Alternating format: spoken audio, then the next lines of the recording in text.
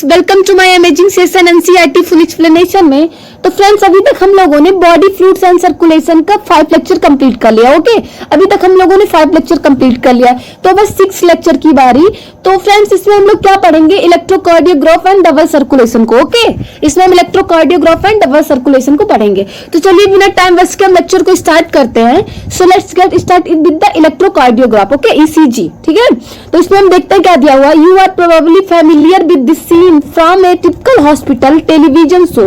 A patient is hooked up to monitoring machine that shows voltage traces on a screen and makes the sound beep beep beep beep as the patient goes into cardiac arrest. Okay, क्या होता है friend कि आप कभी मतलब hospital में गए होंगे, ठीक है, तो वहां पे टेलीविजन को सीन किया होगा कि जब कोई पेशेंट कार्डियक अरेस्ट के कारण मॉनिटरिंग मशीन पर रखा जाता है तब आप पीप पीप पीप और पीपीपी की साउंड सुन सकते हो। ओके, आप अगर हॉस्पिटल में गए होंगे तो ऐसा देखा होगा कि जब कोई पेशेंट है कार्डियक अरेस्ट के कारण मॉनिटरिंग मशीन पर रखा है तो ये साउंड सुनाई देता है। ठीक है, तो हम देखते हैं आगे क्या है कि this type of machine electrocardiograph is used to obtain an electrocardiogram. ठीक है, ECG.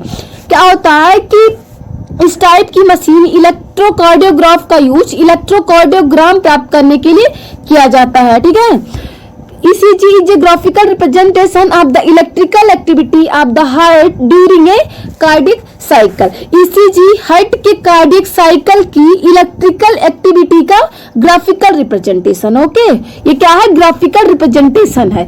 To obtain a standard ECG as show in the figure. Okay, figure में अभी हम दिखाएंगे आपको।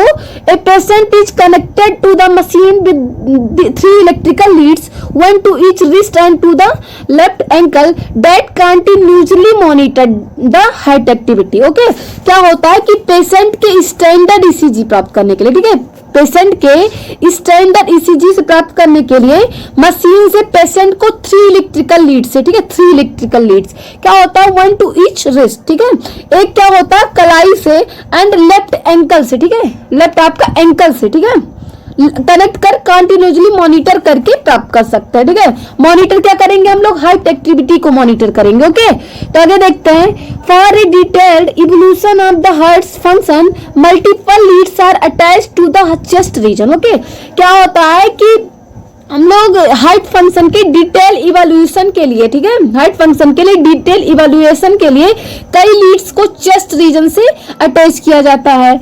Here we will talk only about a standard ECG, but यहाँ हम केवल स्टैंडर्ड ECG के बारे में बताएंगे। ठीक है, आपको यहाँ पे हम लोग क्या बताएंगे? स्टैंडर्ड ECG के बारे में बताएंगे। मैंने आपको पहले ही बताया। तो फिगर देख लेते हैं थोड़ा सा कि यहाँ पे देखिए ग्राफिकल रिप्रेजेंटेशन है, डायग्रामेटिक प्रेजेंटेशन है। यहाँ पे P आपका है QRST, अभी इसके बारे में बताएंगे भी आगे हम। ये पीक है, ठीक है, आपका इसके बारे में अभी हम बताएंगे। वेव है आपका, तो बता रहे हैं आपको। इसमें सबसे पहले हम यहाँ देखते हैं कि each peak in the ECG is identified with a letter from P to T that corresponds to a specific electrical activity of the heart. Okay, ECG के प्रत्येक पीक को P से T तक, ठीक है, हमने बताया आपको कि ये पीक है, तो ECG के प्रत्येक पीक को P से T तक आइडेंटिफाई किया जाता है जो हार्ट की स्पेसिफिक इलेक्ट्रिकल एक्टिविटी को, ठीक है, हार्ट की स्पेसिफिक इलेक्ट्रिकल एक्टिविटी को करस्पॉन्ड करता है। ठीक है, P से T तक आपका, यहाँ से P से लेके T तक, ठीक है, समझ में आपको?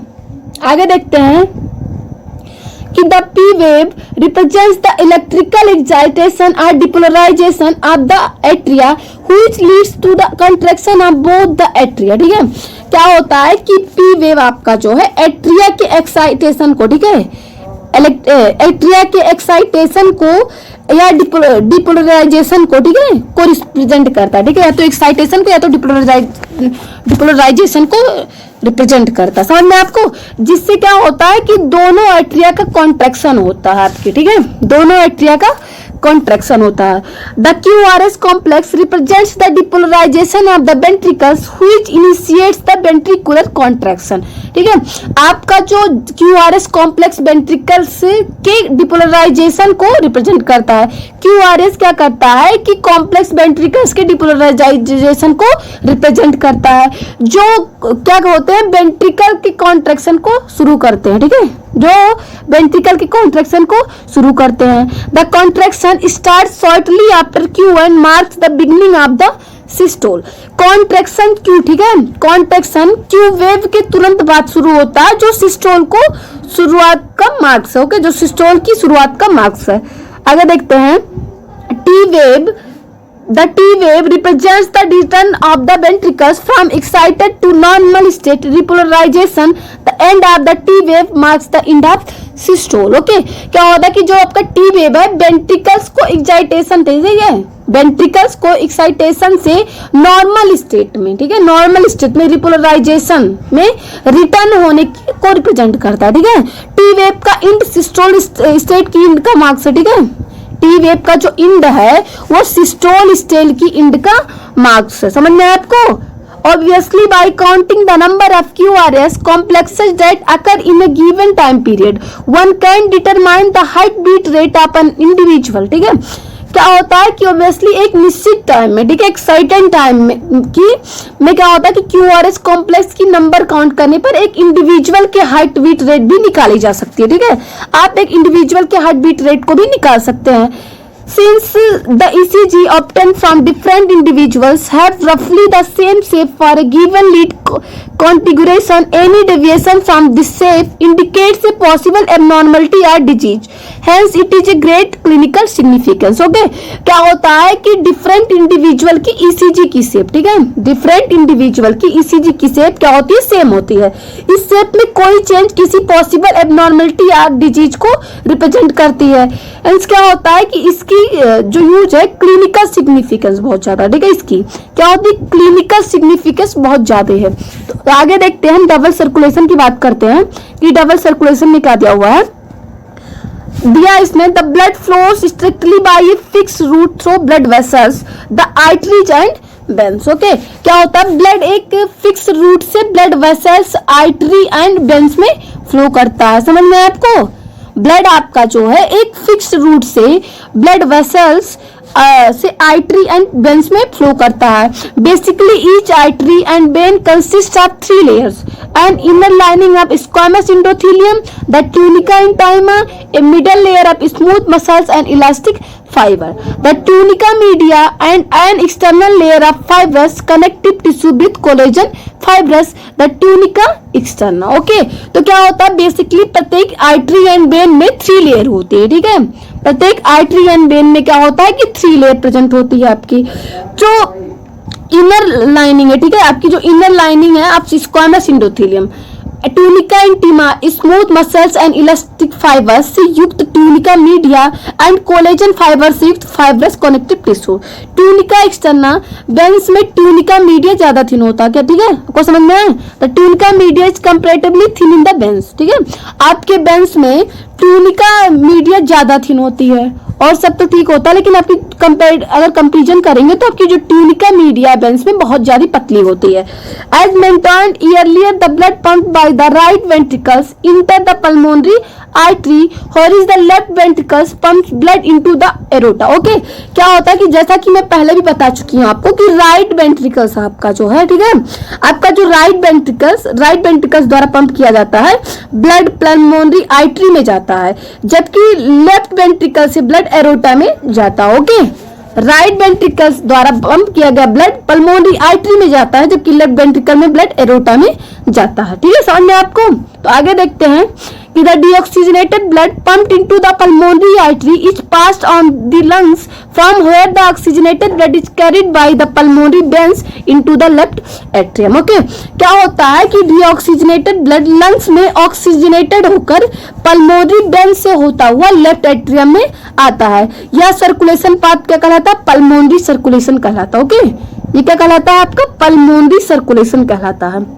समझ में आपको? इतना मैं आपको एनसीईआरटी की हर एक लाइन एक्सप्लेन कर रही हूँ, समझ में आ जाना चाहिए। कोशिश तो मैंने यही किया कि आप लोगों को समझ में आ जाए। तो आगे देखते हैं, the oxygenated blood entering the aorta is carried by a network of arteries, arterioles and capillaries to the tissue from where the deoxygenated blood is connected by a system of venules, veins and vena cava and emptied into the right atrium. Okay, क्या होता है कि इसमें क्या होता है कि oxygenated blood आपका, ठीक है, जो आपका ऑक्सीजनेटेड ब्लड है वो एरोटा से होता हुआ आर्टरीज, आर्टरियोल्स एंड कैपिलरीज से होता हुआ टिश्यू तक जाता है। ओके, एरोटा से होता हुआ आपका ये कहां तक जाएगा, एरोटा से होता हुआ आर्टरीज, आर्टरियोल्स एंड कैपिलरीज से होता हुआ टिश्यू तक पहुंचता है। समझ में आपको, समझ में आया। फिर वहां से आपका डीऑक्सीजनेट हो जाता है, ठीक है, ऑक्सीजनेटेड ब्लड डीऑक्सीजनेट होकर वेन्स, वेन्यूल्स, ठीक है, वेन्स, वेन्यूल्स एंड वेना कवा में जाता है, ठीक है, आपके वेन्स, वेन्यूल्स एंड वेना कवा में जाता है। वहां से होता हुआ राइट एट्रियल में जाता है, ठीक है, वहां से होता हुआ कहा जाता है, राइट एट्रियम में जाता है, ठीक है, समझ में आपको, टिश्यू में पहुंच जाता है, उसके बाद डीऑक्सीजनेट हो जाता है, उसके बाद वेन्स, वेन्यूल्स एंड वेना कवा से होता हुआ राइट एट्रियम में आता है। आगे देखते हैं, this is the systematic circulation. इस सर्कुलेशन को क्या कहते हैं, सिस्टमेटिक सर्कुलेशन बोलते हैं। The systematic circulation provides nutrients to and other essential substances to the tissue and takes carbon dioxide and other harmful substances away from elimination। Okay, क्या होता है कि जो आपका सिस्टमेटिक सर्कुलेशन है, ठीक है, या systematic circulation nutrients, oxygen and other essential substance को टिश्यू तक पहुंचाता है, एंड वहां से ये क्या करता है, कार्बन डाइऑक्साइड को, ठीक है, आपकी carbon dioxide and other harmful substance को बाहर निकालने के लिए टिश्यू से दूर ले जाता है। समझ में आपको, तो चलिए आगे देखते हैं हम। ये unique vascular connection exist between the digestive tract and liver called hepatic portal system. Okay, क्या होता है फ्रेंड कि आपके क्या होता है कि एक यूनिक वैस्कुलर कनेक्शन होती है, ठीक है, एक unique vascular connection digestive tract and liver के बीच प्रेजेंट होता है, जिसे हम लोग क्या बोलते हैं, हिपैटिक पोर्टल सिस्टम बोलते हैं, ठीक है। ये कहाँ पे प्रेजेंट होता है, ये यूनिक है, ठीक है, ये यूनिक है, ये कहाँ प्रेजेंट होता है, vascular connection and digestive tract, ठीक है, ये यूनिक वैस्कुलर कनेक्शन है जो डाइजेस्टिव ट्रैक्ट एंड लीवर के बीच प्रेजेंट होता है, तो इसको इसलिए हम लोग क्या बोलते हैं, हिपैटिक पोर्टल सिस्टम बोलते हैं। ओके, हिपैटिक पोर्टल सिस्टम बोलते हैं। तो आगे देखते हैं, the hepatic portal vein carries blood from intestine to the liver before it is delivered to the systematic circulation. Okay, क्या होता है कि हिपैटिक पोर्टल वेन ब्लड को इसके पहले की, ठीक है, इसके पहले की वह सिस्टमेटिक सर्कुलेशन में इंटेस्टाइन से लीवर तक पहुंचाती है। ये special coronary system of blood vessels is present in our body exclusively for the circulation of blood to and from the cardiac musculature. Okay, क्या होता है कि हमारी बॉडी में एक स्पेशल कोरोनरी सिस्टम पाया जाता है, ठीक है, हमारी बॉडी में एक स्पेशल कोरोनरी सिस्टम पाया जाता है जो केवल ब्लड को कार्डियक मस्कुलेचर तक ले जाता है एंड वापस लाता है। इसका फंक्शन क्या है कि ब्लड को ये कार्डियक मस्कुलेचर तक ले जाता है, उसके बाद वहां से ये वापस लाता है। समझ में आपको, तो फिगर देख लेते हैं हम, थोड़ा सा इसका फिगर देख लेते हैं।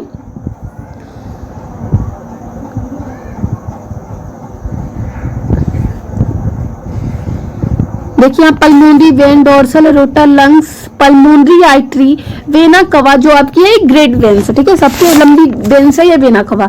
स्मूथ मसल्स, ये इसका ल्यूमेन है, ये वेन है, ठीक है। Body parts, lumen, artery, smooth muscle, capillary, ठीक है। Schematic plan of blood circulation in human है, ठीक है। ये फिगर देख लेना आप लोग अच्छी तरीके से। यही पे हम अपने लेक्चर को समाप्त करते हैं। Thank you.